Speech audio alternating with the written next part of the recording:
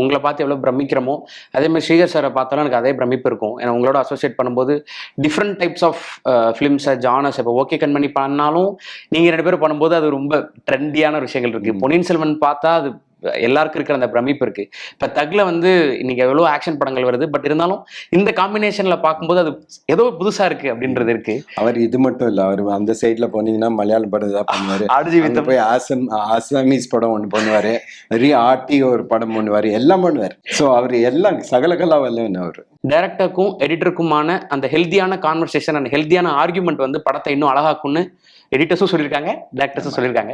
But இந்த 2 masters சேரும்போது அந்த ஹெல்த்தி ஆர்குமெண்ட்ன்றது எப்படி இருக்கும்? ஒன்று வந்து நான் சரியில்லைன்னு சொன்னேன்னு வச்சுக்கோங்க, அது அந்த மாதிரி ஒரு தடவை பார்ப்போம். ஓகே, அதுக்கப்புறம் அவர் சொன்னது வச்சுட்டு பார்ப்போம். ஸோ அது ஒரு எக்ஸ்சேஞ்ச் தான். ஓகே, அந்த வியூ கண்டினியூஸா அண்ட் அதுல வர இதுதான். ஓகே. ஏதாவது சண்டை வந்திருக்கா சார்? சண்டை வராது. அவர் கூட யாருமே சண்டை போட முடியாது. படத்துக்கு கூட சண்டை போட முடியாது. வேற யாரு கூட வேணும் பேசலாம், போடலாம். ஆனா அவர் கூட போட முடியாது. ஓகே.